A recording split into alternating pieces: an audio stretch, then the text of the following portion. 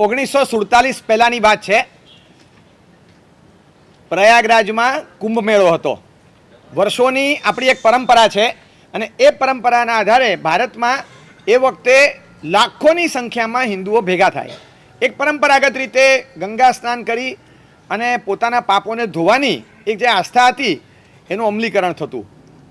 એ વખતે લોર્ડ હાર્ડિંજ એ વખતના જે વાઇસરોય હશે, એ વખતના જે ગોરા અંગ્રેજ અધિકારી એટલા બધા પ્રભાવિત થયા એ કે મેં ઘણા વખતથી સાંભળ્યું છે કે આ સ્પેશિયલ ડે આવે એટલે તમે લોકો ઘણા બધા ભેગા થાવ છો અને મેં આખા વર્ષમાં અવલોકન કર્યું, નોટ અ સિંગલ ઇન્વિટેશન.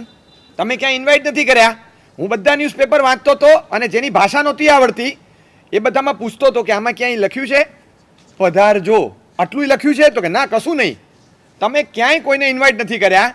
મેં જોયું ક્યાંય કોઈ બોર્ડ નથી મારતા, કોઈ જગ્યાએ છાપામાં જાહેર ખબર નથી, સોશિયલ મીડિયા તો હતું નહીં, મીડિયામાં કંઈ હતું નહીં. તો પછી આટલા બધા લોકો આવે છે કઈ રીતે અને એની પાછળ તમારું માર્કેટિંગ બજેટ કેટલું? બહુ સરસ જવાબ એ વખતે આપેલો આપનાર હતા મદન મોહન માલવિયા. બનારસ હિન્દુ વિશ્વવિદ્યાલયના સ્થાપક હતા. એમની કથા ક્યારેક સાંભળવા જેવી છે, ક્યારેક પ્રસંગે લેશું, પણ એમણે આનો બહુ સરસ માર્મિક જવાબ આપ્યો કે સાહેબ અમારું માર્કેટિંગ બજેટ 2 પૈસા. તો કે કેટલું? તો કે 2 પૈસા. તો કે ખ્યાલ નહીં આવ્યો. આઈ રિપીટ સર, 2 પૈસે. 2 પૈસાનું અમારું માર્કેટિંગ બજેટ છે, એ પણ સોલી પૂરા 2 પૈસા નહીં, એમાંથી બહુ ઓછો અંશ. તો કે મને ખ્યાલ નહીં આવ્યો, તમે 2 પૈસામાં શું કરો? તો કે અમે 2 પૈસામાં ખાલી પંચાંગ વેચાતું લઈએ છીએ. એ વખતે પંચાંગ 2 પૈસામાં મળતું, ભીત્યું પંચાંગ ટીંગાડી દે, એમાં તિથિ તારીખ વાર બધું આવે અને એ વખતે એક પરંપરાગત રીતે બધા ટીંગાડતા. હવે 2 પૈસાનું છાપેલું પંચાંગ અમે ચીટકાડી દઈએ. એમાં છે ને જે સ્પેસિફિક ડે હોય કુંભ મેળાનો ત્યાં લખેલું હોય કુંભ મેળો, બસ એમાં લખેલું હોય છે. બાકી ક્યાંય તમને જોવા નહીં મળે અમારા 2 પૈસાની વાતમાં આટલા લોકો આવે છે. સારું છે કે અમે વધારે ખર્ચો નથી કરતા. એટલે કે તમે શું વાત કરો છો? તો કે હા. તો કે એમને આવે આટલા બધા ખાલી આટલા લખાણ માત્રથી? તો કે સાહેબ આ લખાણ તો તમને કંઈક કારણ જોઈએ એટલે, બાકી આમાં એ લખવાની એ જરૂર નથી. લોકો શોધશે. તમને એમ લાગે છે કે પંચાંગમાં સંવત્સરીની તિથિ છાપીએ પણ બાજુમાં સંવત્સરી એવું લખવાનું રહી જાય તો કોઈનું પ્રતિક્રમણ રહે ખરું? તમને લાગે છે? આપણે પૂછવા જઈએ મારા સાહેબ આ પંચાંગમાં લખ્યું નથી તો અમારે કઈ દિવસે સંવત્સરી પ્રતિક્રમણ કરવાનું? આખું ગામ પૂછવા જશે, કારણ કે કન્ફર્મ છે કે એ દિવસે મારે મારું વાર્ષિક લવાજમ ભરી દેવાનું, નહીં તો હું ઊભો રહું જઈને ત્વચે આવી જાય, એ જતું રહે. એટલે મારે ઊભા રહેવું હોય, મારે મારા કુળમાં ટકવું હોય તો મારે આ પ્રતિક્રમણ વાર્ષિક કરવું જ પડે. એન્યુઅલ પ્રતિક્રમણ એક જ કરતો હોય એવું જ વાતાવરણ હોય. મોટા ભાગના ઘણા બધા લોકો હવે એવા થઈ ગયા કે ક્રિયા માર્ગમાં રસ ન રહ્યો તો બસ એટલું જ કરતા હોય, વધારે કશું કરતા ના હોય. સંવત્સરનું પ્રતિક્રમણ શરૂ થાય એટલે આમ જાણે બધા આખા જૈનોના બધા કટાસાની એજીએમ હોય ને એવું લાગે તમને. એમ દેખાય કે બધા લાલ પીળા ભૂરા બધા ભેગા થયા હોય અને બધા એકબીજાને કહેતા હોય બકા સાતામાં ગયા વર્ષે મળ્યા, આજે વર્ષે મળ્યા નહીં, એકબીજાને વાર્તાલાપ કરતા હોય ને 1 વર્ષે ભેગા થાય અને પછી જ્યાં ગયા એ ગયા, બચારા સેફ ડિપોઝિટ વોલ્ટમાં ક્યાંક ભરાયેલા હોય અને પછી 3 દિવસથી શોધ ચાલતી હતી ત્યારે નીકળ્યા હોય બહાર અને વર્ષે સુકાયેલી કાયા કરમાયેલું શરીર એમને એમ નીકળ્યા હોય અને પછી પથરાયા હોય અને એની પર મહાનુભાવ બિરાજિત થયા હોય. પણ બધાએ કરવાનું, એ ન છપાય તોય કરવાનું. અખાત્રીજ નથી છાપી તો એ દિવસે પાલિતાણામાં ઓવરફ્લો હોય. ફાગણ સુદ તેરસ 6 ગાઉની ફેરી પંચાંગમાં ન લખો, કોઈ મેસેજ ન નાખો, ત્યાં તમને ધર્મશાળા ખાલી મળી જશે એવું માનતા નહીં. એ ન જ મળે. 6 ગાઉ આખો ડુંગર ઉભરાતો હોય, પોસ્ટ 10મી આવે, શંખેશ્વર જાઓ, પબ્લિક ચિક્કાર. આજે કેમ પોસ્ટ 10મીએ કોઈ દેખાતું નથી કે હા કેમાં શું થયું કે એકચ્યુઅલી અમારે મેસેજ છોડવાનો તે રહી જ ગયો. આવા સિમ્પલ રીઝનમાં તમને એમ લાગે શંખેશ્વર ખાલી રહે? અરે તમારે મેસેજ છોડવાનો રહી ગયો, લોકોએ મેસેજ લઈને બેઠા છે, ક્યારના લઈને બેઠેલા છે કે પોસ્ટ 10મી ક્યારે આવશે એ લોકો સંશોધન કરે, તમે શું મેસેજ આપો? એટલે ક્યાં આ મૂળમાં માર્કેટિંગ પર નથી ચાલતું, આ શ્રદ્ધા તત્વ પર ચાલે છે. લોકોની જે આસ્થા છે આ દેશની અંદર હવામાં ભગવાન વહે છે. ભગવાન ક્યાં મળશે, ભગવાન ક્યાં છે એના બીજી વાતો તો આપણે પછી કરીએ. આ દેશની હવામાં એમને ભગવાન વહે છે. આ તમે જુઓ આપણો વ્યવહાર છે ને હવે બદલાયો, હાય ને હગ ને આ બધું હવે હમણાં આવ્યું. પહેલાં તો જે હતું બધું કેવું હતું, રામનું મંદિર હવે બનશે પણ રામમય હતું, કેમ છો હાય, એનો ઓફિશિયલ આપણો કન્ટેન્ટ શું હતો? રામ રામ રામ રામ. ઓ મળે એટલે રામ રામથી શરૂ થાય અને પતે એટલે રામ બોલો ભાઈ રામથી પૂરું થાય. શરૂથી પૂરું થાય ત્યાં સુધી રામ હતા. અને પછી પથ્થર તરે તોય રામના નામે તરે. નાના બાળકોને રામના રમકડા કહેવાય. કોઈક આમ એમ કહેવાય ને કે કોઈક માણસ દમ રમતું હોય ને, મોટી મોટી સારી વાતો કરે અને અંદર ખાને ખરાબી આચરતો હોય તો એમ કે મુખ મેં રામ બગલ મેં છુરી. એમાંય પાછા મુખમાં રામ લાવવાના. તમે જુઓ ડગલે ને જેટલી લોકવાયકા લોકોક્તિઓ કોર્ટ્સ બધા હતા બધે રામ સમાયેલા હોય. રામને ગમ્યું તે ખરું, જેવી હરી ઈચ્છા, છેલ્લે તો ભાઈ પ્રભુને ગમ્યું એ ખરું. બસ આ જ વસ્તુ હતી. બસ રામ નામ સત્ય હૈ, છેલ્લે બીજું કશું ના થાય. રામ નામ જપના. રામ ખોટું કામ કરવું હોય ત્યારે પાછા રામ નામ જપના. લો, પરાયામાં અપનામાં આપણે માન્યતા નથી આપતા, પણ રામ નામ જપના, રામ નામ જપના આટલું પાછું બોલતા હોય. એક ચીજ છોડતા નથી. સારી ગલી, ખોટી ગલી, ખરાબ ગલી, જ્યાં જાઓ, કારણ કે ભારતની ગલી છે, રામ તો આવશે જ. રામ વગર તો ચાલશે જ નહીં. આ વિશ્વની હવામાં બધે જ્યાં હોય સવારથી સાંજ પડે ને, અને ગામડાનો માણસ એની જો સાંજ પાડે, ગેરંટેડ 4 વાર રામનું નામ મોઢામાં આવ્યું જોઈએ કોઈને કોઈ રીતે. હે ભગવાન, શું કરે છે આ ખબર નથી. તે કંઈ તૈયારી કરી છે કે નહીં, કે પછી પરીક્ષામાં રામ ભરોસે બેસવાનું જ? બોલો, પરીક્ષામાં જાય તૈયાર કર્યા વગર તોય રામ ભરોસે. હવે આમાં જે જગ્યામાં તમે જાઓ, ભાઈ આમાં તો છે ને, હવે ભગવાનનું શરણું લઈ લો. અત્યારે ભગવાનનું નામ લો, બીજું કશું ના કરો. રામ ને હરિ ને કૃષ્ણ ને જય જિનેન્દ્ર ને જય શ્રી કૃષ્ણ, જય શ્રી રામ, આ બધું હવામાં વહેતું. એટલે આમાં ભગવાન ક્યાં છે? મને લાગે આપણા જેવા શોધવાના ન હોય. આ તો આપણે ક્યાંક વળી અટવાઈ ગયા છે ને, એટલે હવે શોધવા ભગવાન નીકળ્યા છે. ક્યાં ગયો ક્યાં? એટલે આજના સેશનમાં ભગવાન વતી આપણે આપણી જાતને શોધવાની જ. ભગવાને આપણને કામ એ ભરાયું કે હું તો છું ભાઈ, મને શોધવાની જરૂર નથી. તું ક્યાં ગયો? તારી વાત કર, તું તારી વાત કર. આપણે શું ભગવાનને શોધતા? ભગવાન બધે હવામાં ફરે છે. છતાં મનમાં એક પ્રશ્ન ચોક્કસ રહે કે ઇઝ ધેર ગોડ? એક્ઝિસ્ટન્સમાં છે? જો એક વસ્તુ છે ને, મેં આત્માની સાબિતી વખતે કીધેલી કે હું ડિક્શનરીને બહુ મોટો પુરાવો માનું છું. ગધેડાના શિંગડા માટે કોઈ પણ શબ્દ મળતો નથી, ક્યારેય નથી મળતો. ગાયના શિંગડા માટે મળે, ભેંસના શિંગડા માટે મળે, તો ગધેડાના શિંગડા માટે કેમ ન મળે? પણ હોવા જોઈએ ને, હોવા જોઈએ. એક નહીં તો બીજા, ઇન્ડિયન નહીં, અરેબિયન, આફ્રિકન, કોઈ ગધેડાના શિંગડા હોય તો નથી હોતા. તો પછી ગધેડાના શિંગડા માટે કોઈ શબ્દ પણ ન હોય. શબ્દકોશમાં 1 સેન્ટીમીટર જેટલી જગ્યા પણ એ જ શબ્દને મળે છે. પૃથ્વીમાં જે પદાર્થ માટે 4 ફૂટ જગ્યા હોય. હવે GOD, ગોડ, આ અંગ્રેજીની તમે ઓક્સફોર્ડની લાવો, કેમ્બ્રિજની લાવો, ગાલાની લાવો, કોઈ પણ ડિક્શનરી લાવો, ગોડ શબ્દ છે ને, પાછું આપણી ડિક્શનરી નહીં. તમે ગુજરાતી લાવો તો પ્રભુ અથવા ઈશ્વર અથવા ભગવાન આ શબ્દ હોય જ. હિન્દીમાં લાવો તો એમાં પણ હોય, મરાઠીમાં લાવો તો એમાં પણ હોય, સંસ્કૃતમાં લાવો તો એમાં પણ ઈશ્વર આ શબ્દ આવશે જ. એટલે ગોડ શબ્દ ડિક્શનરીમાં સર્વત્ર સર્વ ભાષામાં છે. તો બધે જો ગોડ શબ્દ ડિક્શનરીમાં સ્થાન પ્રાપ્ત હોય તો there should be something like God. હા, જેટલા બી ડિક્શનરીના મીનિંગ હોય છે ગોડના રિલેટેડ, જે બી અલગ અલગ કયો, તો ધેર ઇઝ સમથિંગ કે ગુડ છે એટલે બધું સારું છે, ઈ જ ગોડ છે એટલે એમાંથી ખાલી ઓ કાઢી નાખ્યો ને ગોડ છે, એવું જ છે. અચ્છા, એટલે there is nothing like God. શું છે? ગુડ છે. There is just good. એમાંથી એક ઓ કાઢી નાખો એટલે ગોડ. એટલે ગોડ જેવું નામનું અલગ તત્વ નથી. જે ગુડ છે એમાં એક ઓ લખવાનો રહી ગયો. જો એક અક્ષર તમે ફેરવો છો ને એટલે પદાર્થ તો ફરશે જ. આપણે ત્યાં રસ્વ અને દીર્ઘમાં પણ છે ને ફરક પડી જાય છે. રસ્વ અને દીર્ઘમાં પણ બહુ મોટો ફરક પડી જાય છે. એટલે એ રસ્વ ઈ હોય અને દીર્ઘ ઈ હોય, સિંગલ ઓ અને ડબલ ઓ, એમાં છે ને આખો ફરક પડતો હોય છે. એટલે એમાં તમને પ્રતીક નામ હોય ને તો એમાં રસ્વ ઈ આવે, પણ પ્રતીક એટલે સિમ્બોલ એમાં દીર્ઘ ઈ આવે. તો તમે જે ભાઈનું નામ પ્રતીક હોય ને, સિમ્બોલ ભાઈ એમ ન બોલાવાય, કારણ કે એ રસ્વ ઈ છે. અને દીર્ઘઈ આવે ત્યાં પ્રતીક કહેવાય. હું તમને તો આમાં ગુજરાતીમાં ટપ્પો નહીં પડે. બહુ સરસ યાદ આવ્યું, સારું થયું તમે પૂછ્યું. રેડબુલ યાદ છે? રેડબુલ, એની ટેગલાઇન શું છે? We give you wings. તમને ખબર હોય તો ચેક કરજો. મારો ખ્યાલ છે ત્યાં સુધી બહુ વખત પહેલાં, એટલે કદાચ થયા હશે 2-4 વર્ષ, મને યાદ નથી, પણ એ વખત પહેલાં કોઈકે કેસ કરેલો. અલેલ ટપ્પુ માણસ હશે, પીધા પછી એને ઉડ્યો નહીં, કારણ કે લખેલું છે ને વી ગીવ યુ વિંગ્સ. એટલે એને કોર્ટમાં ખરેખર કેસ કરેલો કે સર આમાં લખ્યું છે, કન્ફર્મેશન આપે છે, વી ગીવ યુ વિંગ્સ, અમે તમને પાંખ આપીએ છીએ. હકીકતમાં પીધાની સાથે એને જે કિક લાગે ને એટલે એ ટેગલાઇન લખે, અમે તમને પાંખ આપીએ છીએ. તો પાંખ આપીએ છીએ પણ આકાશ આપીએ છીએ એવું ક્યાં લખ્યું? હવે આ સમજો નહોતો કે સાહેબ મેં ટ્રાય કરી પણ મને પાંખ આવી નહીં અને હું ઉડી ન શક્યો, તો આ લોકો ખોટું કેમ માર્કેટિંગ કરે છે? તો આની સામે કંઈક કેસ ફાઇલ કર્યો એણે, કોર્ટમાંથી વાંધો આવ્યો કે ઇઝ રાઇટ. હવે આ એટલી પ્રસિદ્ધ થઈ ગઈ, ટેગલાઇન બદલાય, ટેગલાઇન બદલે તો માલ માર્યો જાય, એની પર તો મેદાન મારતા હોય.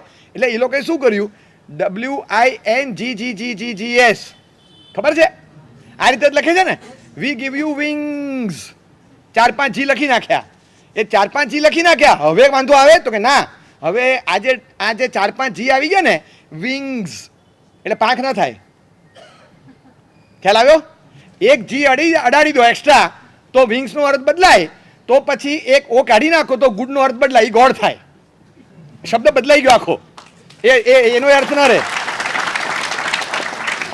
એટલે જે તમે અક્ષર પણ ફેરફાર કરો, there is nothing like God, it is just good -O. હા, પણ -O કરો એટલું જ છે. એ -O કરો એ વસ્તુ તો ફરી ગઈ ને. તમે સાદી રોટલી કોઈકને પીરસો છો અને તમે કહીને પૂરણપોળી પછી લીધા પછી આમાં આ તો સાદી રોટલી છે અને આ પૂરણપોળી છે, એ તો પૂરણ નાખવાનું રહી ગયું છે. એમાં તો આખો દ્રવ્ય ફરી ગયું ભાઈ. તમે ખાલી એક વસ્તુ નાખવાની રહી જાઓ પણ મેઇન વસ્તુ રહી જાય, એમાં આખું દ્રવ્ય જુદું ન ગણાય. એમ જ હોય સાકરના પાણીમાં ને સાદા પાણીમાં એટલો જ ફરક છે કે મેં સાકર ભૂલી ગયો નાખવાની, પણ એમાં એક ઉપવાસમાં પીવાય ને એક ન પીવાય, એટલો ફરક પડે જ ભાઈ. એટલે તમે એમ કહો કે એક ઓ ઓછો હતો કે વધારે હતો, it makes a lot of difference. એ હકીકતમાં ગોડ છે, એ ગુડ નથી. ખાલી ગુડ -O એ ગોડ અલગ પદાર્થ છે. એક માત્ર શુભ તત્વ તમે ઓળખાણ આપો, પણ ઈશ્વરની નાસ્તિત્વ કે ઈશ્વરની ગેરહાજરી સિદ્ધ ન કરી શકાય એનાથી. એટલે ડિક્શનરી મિનિંગ બહુ પાવરફુલ છે કે જો એક શબ્દ છે તો 100% ભગવાન છે જ. અને હંમેશા છે ને એ દેખાતા નથી, એનું કારણ છે કે એક મહાન શક્તિ છે. વ્યક્તિ તરીકે આપણે એને પછી ઓળખીએ, પહેલાં શક્તિ તરીકે ઓળખીએ. એક અદ્ભુત શક્તિ છે અને શક્તિ હંમેશા ઇન્વિઝિબલ હોય. ઇલેક્ટ્રિસિટી ક્યાં જોઈ છે કોઈએ જોઈ હોય તો મને કે જોઈ છે? 400 વોલ્ટનો કરંટ લાગે પણ દેખાય નહીં. જીવતા વાયરને અડો તો તમને કોઈ પૂછે તમારા ઘરમાં કે ઇલેક્ટ્રિસિટી છે તો કે હા, કે પુરાવો? શું પુરાવો? આ શું છે? પંખો કેવી રીતે ચાલે છે? આ લાઇટ કેવી રીતે ચાલે છે? અરે એ તો લાઇટ છે. અરે આ લાઇટ ચાલુ થઈ, આ તો લાઇટ ચાલુ થઈ પ્રકાશ છે. આ પંખો છે તો આ પંખો છે. અરે ફરે છે, આ તો પંખાની ગતિ છે. ઇલેક્ટ્રિસિટી ક્યાં છે? તો એમને ફરે. એટલે યુ આર એઝ્યુમિંગ, તમે અનુમાન કરો છો ને. તમે ફંક્શનિંગ જોઈ શકો. કોઈ પણ શક્તિ ઇનવિઝિબલ હોય, વિઝિબલ ખાલી ફંક્શનિંગ હોય. તમે એની સક્રિયતા દેખાય તો ઈશ્વરની શક્તિ સ્વરૂપે તમે ઓળખ લઈ લો, એની સક્રિયતા દેખાય, એનું ફંક્શનિંગ દેખાય અને ફંક્શનિંગ સ્વરૂપે હોય. અને દરેક વ્યક્તિને આ ફંક્શનિંગમાં ભારે રસ છે. ઇનવિઝિબલ ફોર્સમાં દરેકને રસ હોય. મને, તમને, બધાને. કોઈ પણ માણસ, નાસ્તિક સાયન્સના રિસર્ચ સેન્ટર હોય ને, એની સ્થાપના ચોઘડિયા જોઈને કરે છે. હવે એને કહો ને યમઘંટ યોગ હોય, કાળચક્ર, કાળ ચોઘડિયું હોય, તું કર ને ભાઈ, તારે ક્યાં લેવા દેવા છે?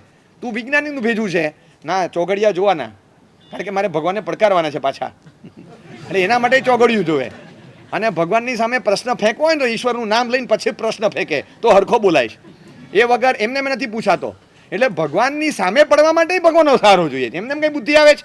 એટલે લોકો હવે ઇનવિઝિબલ ફોર્સમાં જબરજસ્ત શ્રદ્ધા રાખે છે બધાને. અને આ એક એવી વસ્તુ છે, કોઈ માણસ એમ કહે ને, હું પહેલેથી કહું છું અને આજે ફરી કહું કે કોઈ દિવસ કોઈ એમ નહીં કહી શકે હું નાસ્તિક છું. પોસિબલ નથી.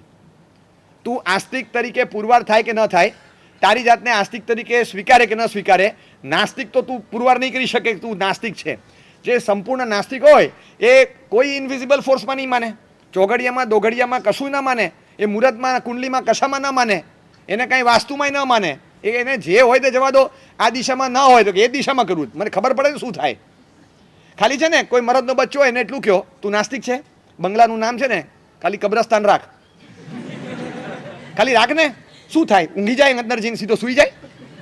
કબ્રસ્તાન, રૂગણાલય, હેપી હોસ્પિટલ, હેપી હોમ હોય ને એમ હેપી હોસ્પિટલ, આવું નામ રખાય? શું વાંધો શું? મને ખાલી લોજિક આપો. ડિક્શનરીમાં શબ્દો છે ને આ બધા, એમાં હોસ્પિટલ શબ્દ હોય છે, લાગેલો હોય છે. ત્યાં જઈને સારા થઈએ છીએ. હા, એ હોસ્પિટલ લખેલું હોય ત્યાં જઈને સારા થવાય, પણ આમાં લખ્યું તો અંદર જઈને માંદા પડે પાછો. મનમાં આ કોને નાખ્યું બોલો? તો કેમ ન રાખે? કબ્રસ્તાન, રૂગણાલય, આવું રાખો ને નામ. ન રહે કે ન રખાય, શબ્દની તાકાત છે. શેક્સપિયર કહેતા હતા what is there in name, what is there in name. હવે શબ્દમાં શું બળ્યું? હવે તું રાખ એટલે ખબર પડે શબ્દમાં શું બળ્યું. એ શબ્દમાં કંઈક બળ્યું છે. આ એક શબ્દમાં પણ શ્રદ્ધા છે કે ના, શબ્દ તો આ જ જોઈએ. શ્રી ગણેશાય નમઃ લખવાનું જ પહેલાં, પાનું ચિત્રતા પહેલાં લખવાનું. કેમ લખવાનું? તો કંઈ લખવાનું. ઓમ શ્રી સવા, એ જે સિસ્ટમ હોય તે મને લખવાનું ખરું. કારણ કે એક સિસ્ટમ રાખી છે કે કંઈક નવી શરૂઆત કરીએ છો કંઈક એવું કરવાનું. ઘણા પેલા જૂના કંકુતી સાથીઓ ચિત્રે પછી ચોપડાની શરૂઆત કરે. આ એક આસ્થા છે અને એના આધાર પર ચાલે છે. એટલે ઇનવિઝિબલ ફોર્સ છે ચોક્કસ. એમાં બધાને ખાતરી છે. લગ્ન કરવા નીકળે, હાથમાં શ્રીફળ હોય, લીલું નારિયેળ લીધું હોય, ગળામાં ફૂલનો હાર હોય, કંકુનો ચાંદલો, ચોખા, અને આમ બરાબર બેઠો હોય. ઉભર જો તું આ સૂર્ય ચંદ્ર નાડી કઈ ચાલે છે એ ચેક કરે. એટલે જમણા કે ડાબા કયા નોસ્ટ્રીલમાંથી હવા નીકળે ચેક કર. પછી આમ હોય ને તો કરવાનું, અને જમણો પગ પહેલાં બહાર કાઢવાનો, પછી ડાબો પગ બહાર કાઢવાનો. અરે ભાઈ, ડાબો પગ પહેલાં બહાર કાઢો તો શું થાય, અને કૂદકો મારીને બંને ભેગા બહાર કાઢીએ તો શું થાય? એમાં લોજિક સમજાવો. લો, એ કે તને કહું એમ કર, આમ જ કરવાનું. હવે કોઈને એમ કહો કે આમાં હું માનતો નથી, હું આ સિસ્ટમમાં માનતો નથી, મારે અલગ કરવું છે. ભાઈ, કંકુનો ચાંદલો એના પર ચોખા કેમ લગાડવાના? મેસનો ચાંદલો અને ચણાની દાળ લગાડો, શું વાંધો આવે? પ્રોબ્લેમ શું છે? લાલમાં સફેદ સરસ લાગે તો બ્લેકમાં યલો પણ સરસ લાગે કે નહીં? લાગે જ. પણ લગાડ. અને હાથમાં સાંભળે શ્રીફળ, ચીબડું લઈને જા, પપૈયું લઈને જા, કલિંગર લઈને જા નીકળ તું. કારેલું, દૂધી, કોઈ પણ ટામેટું લઈને જા. તારે તો હાથમાં કંઈક રાખવું છે ને, તું લઈને નીકળ ને. પણ એમાં શું ફરક પડે કે ના લીલું નારિયેળ જોઈએ? એક કામ કર, લીલું નારિયેળ રાખ, કંકુનો ચાંદલો રાખ, બધું કર, પણ હાર સુખડનો પહેરીને નીકળ. હોય હોતા હશે. તમે કેવી વાત કરો છો? કેમ સુખડનો હાર પહેરી ન નીકળાય? કે નીકળાય પછી પાછા ન અવાય. સુખડનો હાર પહેરીને નીકળે છે પણ પછી પાછા ન અવાય, અને આવે તો કાઢી મૂકે. કેવી શ્રદ્ધા છે બોલો. હવે આને નાસ્તિક કહેશો તમે? આને નાસ્તિક કહેશો? અરે, સીએની એક્ઝામ આપતો હોય અને સીએ ફાઇનલની એક્ઝામ આપતા પહેલાં અચૂક આવે મારા સાહેબ પાસે, સાહેબ સીએની એક્ઝામ છે, બાસ્કેટ નાખી આપશો? એટલે અમારે પેલો 22 રૂપિયા કિલોવાળો જે ભારે મનો રાખતા હોય ને એ નાખી આપવાનો. એટલે શેના માટે? એને આજે જ શ્રદ્ધા બેસી ગઈ તો કે હા, એ હમણાં જરા મનમાં થયું કે વાસક્ષેપ નખાવીને જવું. અને એ જો જતાં કોઈ બહારથી આવ્યું હોય અને હાથમાં સરસ્વતી દેવીની મૂર્તિ હોય અને એ તમારા ઘરે આવતો હોય, તમે દરવાજામાંથી બહાર નીકળ્યા, તમે દરવાજે જ મળ્યા, અરે જબરજસ્ત, આજે પેપર ચક્કાસ જોરદાર જશે, અરે આંગણામાં સરસ્વતી મળી, આજે તો દે માર, જે આવું હોય આવે, ધનાધન, બધા ઓપ્શન પર સહી કરી નાખીશ, બધા ઓપ્શન સાચા જ પડવાના છે. આજે સરસ્વતી આપણને લેવા આવ્યા સેન્ટર પર, જોરદાર કામ થઈ ગયું. આપણે શ્રદ્ધા બેસે ને, બેસી જાય, બહાર નીકળે, આખી રાત મહેનત કરી, સવારના પૂછો તો કે 65, આજના પેપરમાં 65, 40 50 નહીં, 65 કન્ફર્મ, આવી ખાતરી સાથે મહેનત કરી હોય, બહાર નીકળે અને બિલાડી આડી ઉતરે, તો શ્રદ્ધા તમારી મહેનત પર છે એની કરતાં બિલાડી પર વધી. આ શું પ્રૂવ કરે છે? પ્રૂવ એ કરે છે કે દરેક વ્યક્તિને કોઈક ઇનવિઝિબલ ફોર્સમાં શ્રદ્ધા છે જ. માણસ બહાર નીકળે, દૂધવાળો ભૈયો નીકળે, હા તારી તો ભલી થાય, તો પણ ભૈયાજીએ ક્યાં પેપર લખવાનું છે? અરે ભૈયાજી પેપર ના લખે, પણ ભૈયાજીની કેપેસિટી ખબર છે? આખું પેપર બગાડી નાખે એટલી કેપેસિટી છે. દર્શનમ દેવદેવસ્ય એ જુદું, આ દર્શનમ જુદું હોય. આ ભૈયાજીનું દર્શન યાર બધું પથારી ફેરવી નાખશે. હવે પેપર અઘરું આવે ને, અરે આજે ભૈયાજી, હું ભાવનગરમાં હતો, હું તો સવારે દર્શન ક્યાંકથી આવતો હતો અને એક્ઝામ આપવા નાનો છોકરો હશે, 8 વર્ષનો 9 વર્ષનો, 3rd 4thનું પેપર હશે, એ જતો હતો, મારા સાહેબ. હા, મને કે આજે મારું પેપર છે. અચ્છા, હું પાસ થઈ જઈશ? I am not a paper setter, I am not a supervisor. હું આન્સર નથી આપતો, હું માર્ક્સ નથી મૂકતો. મને પૂછ્યું હું પાસ થઈ જઈશ સહજ? હા, ના તો થોડી પડાય. બરાબર ભણ્યો છે એમ પૂછાય? ત્યારે એને શ્રદ્ધાથી પૂછ્યું મેં. પ્રાર્થના કે શ્રદ્ધા હોય ને એની સામે એક આસ્થાથી આવતો પ્રશ્ન છે, એને એવો જ જવાબ અપાય લાગણીથી. એટલે એને પૂછ્યું હું પાસ થઈ જઈશ? મેં કીધું હા, પાસ થઈ જઈશ.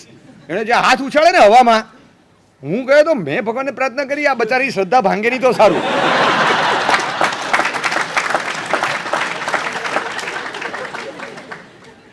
નીકળી જાય, કારણ કે એને એટલી શ્રદ્ધા, મારા સાહેબે કીધું છે પાસ થઈ જ જઈશ, બીકોઝ મારા સાહેબે હેઝ ટોલ્ડ સો, એને કીધું છે માટે હું પાસ થઈ જઈશ. હું ભણું કે ના ભણું, સાહેબે કીધું ને પાસ થઈ જઈશ. હવે આ એમ કંઈ પેપર લખાતા હશે, પણ એક શ્રદ્ધા છે, એક શ્રદ્ધા તત્વ એવું છે એના આધાર પર ચાલતો હોય. ઈશ્વરીય શ્રદ્ધા ગણો, અતિન્દ્રિય શક્તિ પર શ્રદ્ધા ગણો, શુકન ગણો, અપશુકન ગણો, તમે જે ગણો તે, આ બધા જે ઇન્ડિકેશન્સ છે ને એ બધામાં શ્રદ્ધા કે આસ્થા રાખવી, ચોગડિયા દોગડિયા ને મુહૂર્તને આ બધું જે માનવું, એ બધું સાવ ફેકમ ફેક નથી. તો એની પાછળ કંઈક લોજિક છે, છેલ્લે કંઈ નહીં તો આ જ ઈશ્વર પ્રત્યેની આસ્થા અને શ્રદ્ધા છે. અતિન્દ્રિય તત્વ પર એકવાર આપણે શ્રદ્ધાને આસ્થા શીખ્યા, આ શક્તિ સ્વરૂપે ભગવાન આ રીતે એક્ટિવ છે અને એમનું એક્શન પ્લાન એ જે રીતનો હોય આપણને વર્તાય એ તરત ખ્યાલ આવે, એના આધાર પર આપણને ખ્યાલ આવી જતો હોય છે કે કોઈક ફોર્સ આપણી પાછળ કામ કરી રહ્યો છે. સવારના પોરમાં કોઈ પૂછે ને કેમ છો, તો મજામાં. હવે ખાલી તમે એમ પૂછો કે વાય આર યુ ઇન મજામાં, તમે મજામાં કેમ છો, કેમ? આ અમદાવાદ છે ભાઈ, 60 લાખની વસ્તી છે, સવાર પડે 800 જણને કેન્સર ડિટેક્ટ થાય પર ડે, રોજ 400 જણના ટાંટિયા ભાંગે છે, રોજ 100 જણની આંખો જાય છે, રોજ 10,000 લોકોને નંબર ઉતરે છે આંખના, રોજ લગભગ 500 જણને કિડનીના પ્રોબ્લેમ્સ થાય છે, આ રોજ લગભગ 40 જણને એટેક આવે છે. અમદાવાદ છે અને રોજના 20 જણના બાયપાસ થતા હશે મિનિમમ, 20-25 જણના, અને આટલા વખતમાં આમાં ક્યાંય મારો નંબર નથી લાગ્યો. That is why I am in મજામાં. હું મજામાં છું. મજામાં? ઓ મજામાં, જલસામાં. ઘણા આમ એકદમ સરસ જવાબ આપે, ઓ જલસા જલસા. કેમ મજામાં? ઓ મજામાં. પણ કેમ મજામાં, કેમ? એની પાછળનું રહસ્ય શું? તમે કેવી રીતે મજામાં છો? ઘણા બધા લોકો મજામાં નથી અને તમે છો કેવી રીતે મજામાં, બોલો? આનું કારણ આપો મને કે કઈ રીતે તમે મજામાં છો. આપણને ખ્યાલ જ નથી કે આપણી પાછળ કોઈક ફોર્સ કામ કરી રહ્યો છે અને એના કારણે તમે મજામાં છો. એ કૃપા કે અનુગ્રહ શક્તિ એક હોય છે એક પ્રકારની, એ પાવરફુલ ફોર્સ આપણને મજામાં રાખે છે. આપણે એનું પુણ્યકર્મ કહીએ, ઉપરવાળાની મહેરબાની કહીએ, એ બધું આપણે મજામાં રાખનારું એક ઉત્તમ તત્વ છે જે અતિન્દ્રિય છે, દેખાતું નથી. તમે એને ભગવાન કહી શકો, તમે એની ઈશ્વરીય અનુગ્રહ શક્તિ કહી શકો, તમે ભગવાનની મહેરબાની કહી શકો, ઉપરવાળાના 4 હાથ કહી શકો, તમે જે કહો એ, પણ બસ ભગવાનની મહેરબાની છે, સરસ ચાલે છે. પણ આ શા માટે આપણી પર પુરાવો શું અને કઈ રીતે ખબર પડે? અમેરિકામાં જ્યારે યુદ્ધ ચાલુ થયેલું અને એ વોર વખતે બહુ મોટી ધમાલ બોલી ગઈ, વિયેટનામના વોર વખતે 10 વર્ષ સુધી યુદ્ધ ચાલ્યું અને એ 10 વર્ષના લાંબા યુદ્ધમાં કોઈને ખબર નહોતી કે વિયેટનામ આટલો નાનકડો ટચુકડો દેશ અમેરિકાને 10 વર્ષ ટીંગાડી દેશે. યુદ્ધ અને પ્રેમ એનો પ્રારંભ જ હોય, અંત ક્યારે થાય ખબર ના પડે, અને અંત હોતો જ નથી, દુરંત જ હોય ઘણીવાર. એટલે પછી એના માટે બધું જ કરી શકે, એ ખ્યાલ ના આવે શરૂ ક્યારે તો એ ખબર ના પડે, પૂરો ક્યારે થશે એની ખબર ના પડે. આ જો યુક્રેનવાળાને હજી ખબર નથી પડતી, એ લોકો તો સામાયિક લીધેલું, 65 થઈ ગયો, 64 પરી થઈ ગયા, માળ થઈ ગઈ, 35 થઈ ગયું, 27 થઈ ગયું, 28 બધું પતી ગયું, હજી ચાલુ છે ને. એને ખબર જ નથી પડતી કે નવા પૌષધ ઉચ્ચરતા કેટલા દિવસ થયા, કેટલા મહિના થયા, કેટલા વર્ષ થયા, ચાલુ છે. હવે બધાને એમ થતું હોય કે સારું શરૂ નહોતું કર્યું તો બરાબર હતું, પણ શરૂ થઈ ગયા પછી એ ડાપણની દાળ ફૂટે ને, એ પેલા અડધા દાળ તૂટી ગયા હોય, પછી ડાપણની દાળ ફૂટે. યુદ્ધ ક્યારે શરૂ થાય કે મને 10 વર્ષ ચાલ્યું, અમેરિકા તો કમર તૂટી ગઈ, પણ પછી છે ને હેવી બોમ્બાર્ડિંગ કરીને વિયેટનામને ધમરોળી નાખ્યું કે હવે છે ને હવે ખાત્મો બોલાવો. એ લોકો એકદમ પહેલાં પર આવી ગયા કે હવે 3 દિવસમાં ફેંસલો. એમની પાસે એક જબરજસ્ત બોમ્બર હતો અને એ બોમ્બર વિમાન લઈને જ્યારે નીકળે, ચાર્લ્સ પ્લમ્બ, એ એવો ફાઇટર પ્લેન ચલાવે, એક ચાંપ દાબેને જે ગુલાટ ખાય ને પ્લેન, આમ તમને એમ જ લાગે કે આ રીતે ઝડપથી તો તમે રસ્તા પર ગલોટિયા ના ખાઈ શકો, આમ 3-4 ગુલાટ ખાઈ જાય અને પછી એકદમ નીચેથી સાઈડ કરે, ધડ ધડ ધડ ધડ ધડ ટન બંધ બોમ્બ વર્ષા થાય, વળી પાછી આગળ જાય. એટલી સ્પીડમાં 1000ની સ્પીડે પ્લેન દોડતું હોય, એમાં ગુલાટ ખવડાવે, એમાં બોમ્બાર્ડિંગ કરે, પાછું રિવર્સ લઈ લે, પાછું ઉપર લઈ લે, પાછું અચાનક નીચે લઈ આવે, એમાં નવા બોમ્બ આવી જાય અને ચાલુ પ્લેન એમાં પાછળથી એને ફ્યુઅલ સપ્લાય થઈ જાય પાછળના બીજા પ્લેનમાંથી, ચાલુ આકાશમાં બધું આમ ધમાલ ચાલતી હોય. 75 વખત વિયેટનામ પર બોમ્બાર્ડિંગ કર્યું, એક પણ વખત નથી બોમ્બ મિસફાયર થયો, નથી ઉપર એટેક સાવચેતીપૂર્વક કરેલો હોય અને ઉપર એટેક લાગ્યો, નથી પ્લેન ફાટ્યું કે નથી પેલો પાયલોટ ઘાયલ થયો. 75 વખત એકનો એક પાયલોટ એકનું એક બોમ્બર વિમાન લઈ વિયેટનામમાં જઈ ધમરોળીને પાછો આવી ગયો. ગિનીસ બુકમાં નામ લખાયું છે એનું કે 75 વખત આવી રીતે જઈને પાછો આવનારો કોઈ હોય નહીં. કાં તો દેશની દશા બદલાઈ જાય, કાં તો પાયલોટનો બીજો ભાવ શરૂ થઈ ગયો હોય, કાં તો પ્લેન બદલાઈ ગયું હોય, કાંઈક તો થાય. 75 વખત કશું જ નથી થયું અને પછી એકવાર એવું થયું કે એન્ટી એરક્રાફ્ટ ગન્સમાંથી ધડાધડ ગોળીઓ લાગી ગઈ, એમાં આખું વિમાન ફાટ્યું. આ તો ભાઈ કેવા હોય કે તૈયાર જ હોય, પાછળ લગાડેલું જ હોય અને સીધો પેરાશૂટ પર કૂદી જ પડ્યો સેફલી, પણ નીચે ઉતર્યો વિયેટનામમાં. હી લેન્ડેડ ઇન વિયેટનામ. એ પડ્યો પણ વિયેટનામમાં પડ્યો. વિયેટનામમાં તો તરત કેપ્ચર કર્યો એને, યુદ્ધ કેદી તરીકે અંદર નાખ્યો. ખૂબ 3 વર્ષ જે યાતના ભોગવી, એ દરમિયાનમાં સંધિ કરારો થયા, એકબીજાના દેશના જે સૈનિકો હતા પ્રત્યર્પિત કરી દેવાના, મારા તમારા હોય તમે લઈ જાઓ, અમારા અમને આપી દો, હેમ ખેમ પાછા આવી ગયા. પણ અહીંયા ભાઈ આવ્યા ને એટલે પેલા અભિનંદન જેવું હતું, હીરો થઈ ગયો, હીરો. અરે ચાર્લ્સ પ્લમ અમેરિકા માટે શું કર્યું છે, સ્પેશિયલ યંગસ્ટર્સનો એક ડાયહાર્ડ ફેન થઈ ગયા હતા બધા, અને હીરો થઈ ગયો. પછી તો એ ભાઈ હવે સૈનિક તરીકે કામ લાગે એવા પણ નહોતા, કારણ કે શારીરિક રીતે બહુ નબળા પડી ગયેલા. એની પર યાતનાઓ પણ એવી થયેલી કે હવે એનું શરીર છે ને સૈનિકનું નહોતું. હંમેશા કોઈ પણ વ્યક્તિને એક કસાયેલું શરીર હોય ત્યારે આ ફિલ્ડમાં કામ લાગે. હવે તો ઘસાયેલું શરીર હતું, એટલે હવે સૈનિક તરીકેની કારકિર્દીની ક્યારની પતી ગઈ હતી. હવે એ ઉત્થિત થયો નહોતો, ઊભો ન થાય. પણ એને શું કર્યું, બધી યુનિવર્સિટીઝમાં જાય ફેકલ્ટી તરીકે અને વિઝિટિંગ ફેકલ્ટી, એટલે સ્પેશિયલ ગેસ્ટ એપિયરન્સ તરીકે અચાનક કોકવાર પર્ડી યુનિવર્સિટીમાં, કોકવાર કોલંબિયામાં, ગમે ત્યાં એ પહોંચી જાય. અને એ આવવાનો હોય ને ગેસ્ટ એપિયરન્સ અને એનું લેક્ચર, પબ્લિક ડબલ. અરે ચાર્લ્સ આવવાનો છે, આજે ચાર્લ્સનું લેક્ચર છે. આજુબાજુની યુનિવર્સિટી એ લોકો પણ આવી જાય સાંભળવા કે આજે ચાર્લ્સનું લેક્ચર છે. એટલે ખાસ અને એને કહેવામાં આવે કે દેશભક્તિને, તમારા ઇતિહાસને, તમારી જે વાતો છે ને અમારે સાંભળવી છે તમારા મોઢે, એ કહો ને. એ સાંભળવા માટે ખબર હોય ને તોય આવે લોકો, અને એ સાંભળતા. ચાર્લ્સ પોતે જ્યારે વાત કરે એટલો બધો ભાવુક થઈ જતો. 75 વખત વિમાન લઈને અંદર ગયો, ધમરોળી નાખ્યું વિયેટનામને. એ જે વર્ણન કરે ને, પહેલી વાર શું થયું, 15મી વાર શું થયું, 50મી વાર શું થયું, હું કઈ રીતે આ પાછો આવતો, ગુલાટ ખાઈએ ત્યારે મને કેવું ફિલિંગ થતું, ઉપર 35,000 ફૂટમાંથી સીધો અચાનક હું 2,000 ફૂટ પર આવી જાઉં વિધિન હાફ અ મિનિટ, અને પછી પાછો ઉપર 10,000 ફૂટ અંતર લઈ લઉં વિમાન. એ જે વાતો કરે એ કે 10 સેકન્ડમાં તો હું 1,000-2,000 ફૂટનું કવર કરી લઉં ડિસ્ટન્સ ઉપર નીચે. આ સાંભળીને લોકો અચંબો પામે કે શું કહેવાય માણસ, બાકી ગજબ છે. અને પછી તો જે નીચે ઉતરે ને ઓટોગ્રાફ, સિગ્નેચર, એ જે લાઈન લાગે ને લોકો જે રીતે એના ઓટોગ્રાફ લે, લોકો એક સેલિબ્રિટી માનતા એને, સ્ટેટસ વધી ગયું. એક દિવસ મસ્તો બેઠો હતો, કોફી પીતો હતો ટેબલ પર, એના ફાઇલના પેપર, નેક્સ્ટ ડેના લેક્ચર પ્રિપેરેશન કરતો.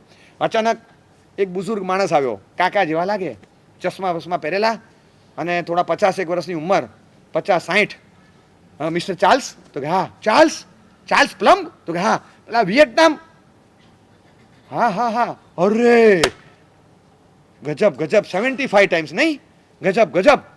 અને કેવું પડે, કિટીયોક નામનું જે આપણું યુદ્ધ જહાજ હતું એના ડેક પરથી તમે ટેક ઓફ લેતા હતા, દરિયામાંથી સીધું ત્યાંથી વિમાન ઉડાડતા. ગજબ. એ કે આ બધું તો એને કેવી રીતે ખબર, આવું બધું હું બોલતો નથી પાછો. હા, તમે મારા લેક્ચર સાંભળ્યા છે? નહીં સાહેબ, નહીં, આજે પહેલી વાર જોયા. શું વાત કરો, તો મારી કોઈ ઓડિયો સાંભળી છે? નહીં સાહેબ, તમારો અવાજે પહેલી વાર સાંભળ્યો, તમારો ચહેરો પહેલી વાર જોયો, પણ મને બધી ખબર તમારી. શું વાત કરો, તો આપણે ક્યાંય મળ્યા છે? નહીં સાહેબ, હું પહેલી વાર મળ્યો, તમે મને ક્યાંથી મળ્યા હો?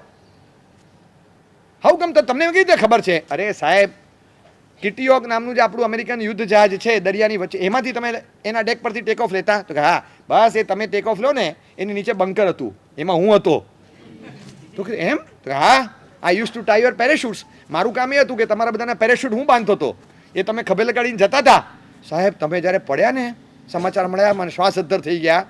ભગવાન, આ પેરેશૂટ કામ લાગ્યો તો સારું, કારણ કે તમે પેરેશૂટ એકેવાર વાપર્યો નહોતો. રોજ આવો પણ શગિંગ શોલ્ડર્સ હોય ને એટલે આમ હલે ખાલી, બસ એટલું જ, ખોલ્યો નથી. પણ એ એન્ટેંગલ થાય, આખી બધી રસીઓ, નાયલોનની પતલી દોરી બધી ખોલવાની, પછી રીપેક કરવાનો, આખો સરખો પેક કરું. પેકિંગ એનું એટલું ડેલિકેટ, એ જો 1 થી 1.25 સેકન્ડમાં ખુલે નહીં ને તો પછી ખોલવાની લગભગ જરૂર ના પડે. પછી તમે પેરેશૂટ લગાડીને જાઓ કે સ્કૂલનું દફતર લગાડીને કૂદો, હરખું જ છે બંને, એમાં કોઈ ફરક નથી પડતો. પણ એ 1 જ સેકન્ડમાં ખુલવો જોઈએ. એટલે 1 થી 1.25 સેકન્ડ, એ 1.5-2 સેકન્ડે ન થાય, ફ્રેક્શન ઓફ અ સેકન્ડમાં ઠક ત્યારે 3 ખૂણા ખુલી જવા જોઈએ. એટલે સાહેબ મારે બહુ કેરફુલી બાંધવું પડે કે એક દોરો ક્યાં આંટી ન મરાઈ જાય. તમે આવો ત્યારે હલેલો હોય ને એટલે પાછું આખો ખોલું, આખો કેરફુલી પેક કરું ને, એ રીતે કે તમને જરૂર પડે, તમે ઊંધા માથે ગલુટિયું કદાચ ખાઓ તો એ ચત્તા જ ઉતરો ને પેરેશૂટ ખુલી જાય, અને ખુલે એટલે તમે ચત્તા થઈ જાઓ પાછા. હવા છત્રીને ઉપર ખેંચે અને તમારું વજન નીચે ખેંચાય, એટલે બેલેન્સ થાય અને તમે ધીમેથી લેન્ડ થાવ. અચાનક સીધું તમે અચાનક વાવાઝોડાની જેમ લેન્ડ પર ના ઉતરો. અચ્છા, તો તમે મારો પેરેશૂટ ટાઈપ કરતા હતા. ઓહો, તમારું નામ પૂછ્યું, એ ભાઈ જતા રહ્યા. આ ભાઈ તો વિચારે ચડી ગયા, આજ સુધી મેં આ માણસનું નામ નથી લીધું. 75 વાર શું થયું એ તો ઠીક છે, આખા ગામને બડાઈ મારતો ફરું છું, પણ 76મી વારમાં દોસ્ત તું નીચે પડ્યો, ઊંધા માથે પટકાયો, અને ત્યારે તારું ખોપડી ફૂટી કેમ નહીં? કોના કારણે?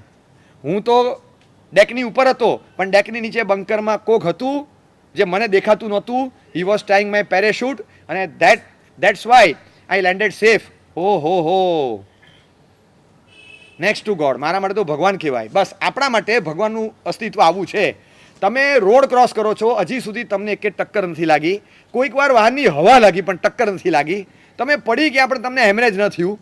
તમે હેલ્મેટ વગર કેટલી મુસાફરી કરી આવ્યા પણ છતાં તમારા માથાને કંઈ ન થયું. જે પણ થાય છે માપસર થાય છે, માપની બહાર કશું નથી થયું. અને આપણે હસતા ખીલતા હોઈએ છીએ. અનેક પડકારો ચેલેન્જીસની વચ્ચે પણ વાવાઝોડું આવ્યું ને ગયું. આપણી બાજુના બધા વીજળીના થાંભલા અડીખમ ઊભા જ. અને પાછું છાપામાં હવે 5000 થાંભલા પડી ગયા. જળબંબાકાર જળબંબાકાર. આપણા નળમાંથી એટલું જ પાણી આવે જેટલું ગઈકાલે આવતું હતું. આપણા નળમાંથી ફાટી નથી આવતું. આપણે સેફ. ભલે ત્યાં તબાહી મચી ગઈ હોય, એ લોકોની જિંદગી ખલાસ થઈ ગઈ, પણ અહીંયા આપણે શું, આપણા ઘરમાં તમે વાસણ ચેક કરજો, મસાલાના ડબ્બા ચેક કરજો, જેટલું મીઠું હતું એટલું જ છે ને, બરાબર. કચ્છમાંથી 5 લાખ ટન મીઠું ગાયબ થઈ ગયું. 5 લાખ ટન મીઠું ગાયબ થઈ ગયું. રસ્તા પર હતું, ખબર થોડી હતી કે ઉપરવાળો આવીને તાણી જશે. આ મેઘરાજા વરસીને બધું લઈ ગયા. 5 લાખ ટન મીઠું, આટલી માટી લઈ જાય તોય ખાડો થઈ જાય. આટલું ગાયબ. આખા ઉદ્યોગને અસર શું પડી? આપણે ટેસ્ટથી સાહેબ મીઠું ઓછું છે, લાવને જરા. તો કે હવે કચ્છમાં નથી, હવે રહેવા દો. ભાઈ આપણને બધું મળે છે, બધું મળે છે. એ લોકોને આવું થયું, આપણને ન થયું. કેમ? બસ ભગવાનની મહેરબાની. હું તમને કન્ફર્મ કહું છું, બસ બીજું કંઈ ના દેખાય ને તો પહેલાં એટલું હૃદયથી સ્વીકારો કે હું ડેક પરથી મારા વિમાનો ઉડાડે જાઉં છું, બજારમાં ઉડાડું છું, એજ્યુકેશન એકેડેમિક કેરિયરમાં ઉડાડું છું, સાહસ કરું છું. હું ગમે તે રીતે પણ પાછો નીચે ધરતી પર આવું છું ને ત્યારે મારો પેરેશૂટ મને કામ લાગે છે. Someone is tying my parachute. 100%. Someone is tying my parachute. એ દેખાતા નથી. એ જ મારા માટે આદિશ્વર, એ જ મારા માટે પાર્શ્વનાથ, એ જ મારા માટે મહાવીર સ્વામી, એ જ મારા તીર્થંકર, એ જ મારા પ્રભુ. બસ કોઈક છે જે મારા પેરેશૂટને બાંધે રાખે છે. હું સેફલી પડું છું. હું તો ગમે ત્યાં કૂદકો મારું પણ પડું છું safe, because someone is tying my parachute. જે દેખાતા નથી પણ એ સક્રિય છે. રોજે રોજ મારા પેરેશૂટને રીચેક કરી રીટાઈ કરીને પછી મને આપે છે. હું એમને નથી કૂદકો મારતો, એના ભરોસે કૂદકો મારું છું. કશું ના હોય તો પણ એક ભરોસો છે, અને એ ભરોસે હું સીધો લેન્ડ પર ફરાર કરતો પડી જાઉં છું. ખબર નથી પડતી. એક શ્રદ્ધાથી ખાલી આટલું આપણે સ્વીકારીએ ને એટલે આપણી શ્રદ્ધા જ આપણને ભગવાનની નજીક લઈ જાય છે. આપણે વૈજ્ઞાનિક પુરાવા ભલે શોધીએ, રિસર્ચવાળા છે ને, વેસ્ટર્ન કન્ટ્રીઝવાળા બધા રિસર્ચમાં બહુ માને. એ લોકો બે વાત બહુ કરે છે. રિસર્ચના કાગળિયાઓની થપ્પી લગાવે છે અને કાગળ ઓછા વાપરો, આવો ઉપદેશ પણ આપતા હોય છે. કાગળ ઓછો વાપરો, ડિજિટલમાં જાઓ તો જંગલો બચે, આવો ઉપદેશ આપે છે. અને બીજી બાજુ સૌથી વધારે રિસર્ચના કાગળિયાઓ એ લોકોના હોય છે. અને કેટલાક રિસર્ચ કામના પણ હોય. હમણાં બહુ મજાનું રિસર્ચ વાંચ્યું, પણ ફની છે એમનું રિસર્ચ, એ બહુ ફની હોય ઘણીવાર. એમાં એ લોકોએ સર્વે કર્યો 900 કાર્ડિયક પેશન્ટ ઉપર. કાર્ડિયક પેશન્ટ હતા 900, બે જગ્યાએ વિભક્ત કર્યા અને એ લોકોને વિભાજિત કર્યા. એમાં પૂછ્યું કે તમે ઈશ્વરમાં માનો છો? કેટલાક માનતા હતા અને કેટલાક ઓકેશનલી એમ કહેતા હતા. હવે ઓકેશનલીનું ઓકેશન તો પાછું આવી જ ગયું હતું એટલે એમને આમાં લઈ લીધા. એટલે એ 450 500 આ બાજુ ગયા. અમે માનતા જ નથી. એ લોકો એવા હોય કે મરવા પડે ને તોય ના માને. પછી એમના વાઈફ માનતા હોય, એ ફાધરને બોલાવે કે તમે અમને કંઈક ભગવાનનું નામ લેવડાવો ને, જિંદગીમાં કોઈ દાડો ભગવાનનું નામ નથી લેતા. આપણા મુનિ મહારાજ સાહેબ હોય, એમના ફાધર હોય, એ બોલાવરાવે, એમને કહે કે જો હું કહું ને એમ કરો, ઓ લોર્ડ, ઓ માય ગોડ, હે ભગવાન મારું ભલું કરજે. ખાલી એટલું એક વાક્ય તો બોલી જાઓ, હે ભગવાન મને સદગતિ આપજે, હે ભગવાન મારું રક્ષણ કરજે. હવે આ તો હે ઈશ્વર મારા આત્માને સદગતિ આપજે. હવે એ આત્મા પરમાત્મા કશું માનતો જ નથી. એટલે એની પ્રાર્થના એમ જ હોય કે હે ઈશ્વર, જો તું હોય તો મારા આત્માને સદગતિ આપજે, જો એ હોય તો. કારણ કે બેમાં એને શંકા છે. એ મરવા પડે તો એ નહીં માને. એ 400 ને આ બાજુ મૂકી દીધા. પેલા થોડી ઘણી આસ્થાવાળા આ બાજુ મૂક્યા અને એક પ્રાર્થના શરૂ કરાવી. આમને મેસેજ આપ્યો કે તમારા 500 માટે પ્રાર્થના થાય છે, ગેટ વેલ સૂન, ગેટ વેલ સૂન, ગેટ વેલ સૂન. બસ એ લોકો કશું ના કરે, ઓમ રીમ શ્રીમ ગેટ વેલ સૂન, ઓમ રીમ શ્રીમ ગેટ વેલ સૂન જાપ કરતા હોય. ત્યાં જલ્દી સારું થાય, જલ્દી સારું થાય. એ 500 જણા જાપ કરતા હોય. કન્સિડરેબલ ડિફરન્સ. પેશન્ટ સરખા, રિપોર્ટ સરખા. આ લોકોને 90%માં સુધારો થયો, આ લોકોમાં સુધારનો રેટ 30 થી 40%. ઇક્વિવેલન્ટ, બધો પ્રોબ્લેમ સરખા હતા. તો આ લોકોમાં 90% સુધારો દેખાય અને આ લોકોમાં 30 થી 40%નો સુધારો થયો. એનું કારણ શું? એટલે એ લોકોએ આવા 2-3 પ્રયોગ કરી અને બહુ મજાના 2 તારણ આપ્યા. તારણ નંબર 1, પ્રેયર વર્ક્સ, પ્રાર્થના કામ કરે છે. બહુ મજાનું છે તારણ. 2 તારણ આપ્યા. તારણ નંબર 1, પ્રેયર વર્ક્સ, પ્રાર્થના કામ કરે છે. પ્રેયર અને તારણ નંબર 2, જો કે આનાથી ઈશ્વર છે કે નહીં એ સાબિત થતું નથી. તો પ્રાર્થના કોને કરી? ભૂતને પલિતને કોને કરી? તમે કોને પ્રેયર કરતા હતા? એ આ નો નહીં, આમાં તમે પ્રેયર છે, પ્રાર્થના ફળે છે, પણ ઈશ્વર છે કે નહીં એ પાછું સાબિત નથી થતું. એમને એટલી બધી ગભરામણ થાય, કારણ એ સાબિત થઈ જશે તો સંશોધન કર્યા કરે અને રિસર્ચમાં પાછું એવું બહાર પાડે કે આપણને થાય કે તો કોને તમે પ્રાર્થના કરો છો. એટલે અમે તો એ પ્રાર્થના કરીએ ઘણીવાર કે તમારું રિસર્ચ સાચી દિશામાં જાય, બીજું શું. હવે રિસર્ચે થોડું ફંટાય વાવાઝોડાની જેમ અને સાચી દિશા પકડે તો સારું. કારણ કે રિસર્ચ કર્યા પછી પણ એમને પ્રશ્ન થયો, prayer works but it doesn't prove the existence of God. ઈશ્વર છે કે નહીં સાબિત નથી થતું, તો પ્રાર્થના કોને કરી તમે? એના માટે હવે અલગ રિસર્ચ કરશે. પણ એક નિયત થયું કે મજબૂત કાયદો આવ્યો. એક ધર્મસ્થાન છે, ધર્મસ્થાનની બાજુમાં દારૂનો પીઠ્ઠો ખુલ્યો, બાર ખોલ્યો અને બાજુની 4-5 બીજી નવી દુકાન લઈને એક્સટેન્શન આપી દીધું. એવો મોટો 2400 ફૂટનો બાર કરી નાખ્યો, બિયર બાર, ધર્મસ્થાનને લગોલગ. અરે આસ્થાળુ જીવો આવે, ઈશ્વરની ભક્તિ કરે અને કે એ અહીંયા ન જોઈએ, અહીંયા ન જોઈએ, અહીંયા બાજુમાં ન જોઈએ. અરે ઓકે, એસી તેસી, મેં પૈસા આપી કમર્શિયલ રેટથી ખરીદી કરી છે. એનું તો બરાફટ કામ ચાલુ થયું, રિનોવેશન ચાલુ થયું, દિવાલો વચ્ચેની કાઢી નાખી, આખો મોટો સ્ક્વેર હોલ ને કાઉન્ટરો બધું લાગવા માંડ્યું, મોટું બોર્ડ લાગી ગયું બિયર બાર. અને આ લોકો તો કે કેમ ચાલે? એ લોકોએ નક્કી કર્યું કે આપણે રાત્રે ભેગા થાવ અને 3 કલાક રોજ ભેગા થઈને સમૂહમાં આપણે રામધૂન ચાલુ કરીએ, આપણે ધૂન ચાલુ કરીએ, બીજું કંઈ નહીં, ધૂન ચાલુ કરીએ કે આ હવે આ અટક કેમ નથી, આ આપણી બાજુમાં આવી રીતે બિયર બાર હવે કેમ ચાલે ભગવાનની બાજુમાં. બધાએ ચાલુ કર્યું. અહીંયા તો મકાનનું ચણતર થઈ ગયું, પ્લાસ્ટર થઈ ગયું અને આ લોકોએ ધૂન લગાવી.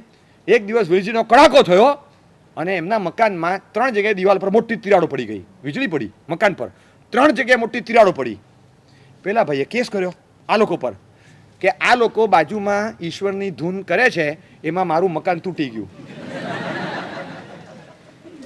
પેલા લોકોએ બચાવનામું રજૂ કર્યું, સાહેબ આ ખોટી વાત છે, એમ ઈશ્વરની ધૂનથી કાંઈ કોઈના મકાનો તૂટે નહીં, અટકે નહીં, આ વાત ખોટી છે, આ કંઈ વૈજ્ઞાનિક પુરાવા વગરની વાત કરે છે. જજમેન્ટમાં શું આવ્યું એમાં રસ નથી, પણ જજમેન્ટ આપતા પહેલાં જજનો એક સ્ટ્રોક બહુ જોરદાર હતો, ઓરલ સ્ટ્રોક. એ કે જજમેન્ટ આપતા પહેલાં એક વસ્તુ હું નિર્ણય સાથે જાહેર કરું છું કે ઈશ્વર અંગે આ બિયર બારવાળાને જેટલી શ્રદ્ધા છે એ ધૂન લગાવનારને નથી.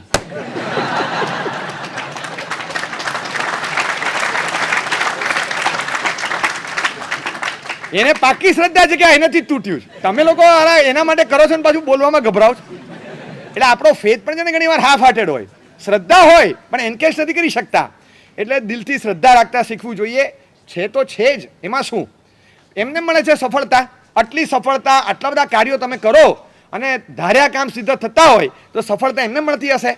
સવારથી સાંજ સુધી મહેનત કરી સફળતા ઘણાને નથી મળતી. આપણે સફળતા મળે ત્યારે કહે છે ખરેખર તમે પાસ થઈ ગયા, ખરેખર ભગવાનના 4 હાથ છે, ખરેખર તમે આગળ નીકળી ગયા, તમારી પર ભગવાનની મહેરબાની છે. આપણે ઘણીવાર બોલીએ છીએ, ફીલ કરીએ છીએ, તો એ ફીલ થાય એના પરથી ખબર પડે કે ઈશ્વર છે, એમની કૃપા છે, એમના 4 હાથ છે, એમની અમી દ્રષ્ટિ છે, એટલે આ કાર્ય સિદ્ધ થયું. બસ આ એક તમને પુરાવો જે મળે છે ને એ ઈશ્વરની શક્તિ સ્વરૂપે જ, હજી કહું છું તમને હું, વ્યક્તિ સ્વરૂપે આપણે પછી સંશોધન કરશું, પણ એક શક્તિ સ્વરૂપે છે.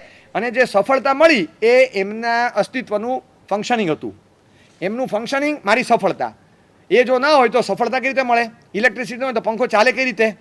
ગાડી ચાલે કઈ રીતે? બેટરી ન હોય તો આ માનવી જ પડે.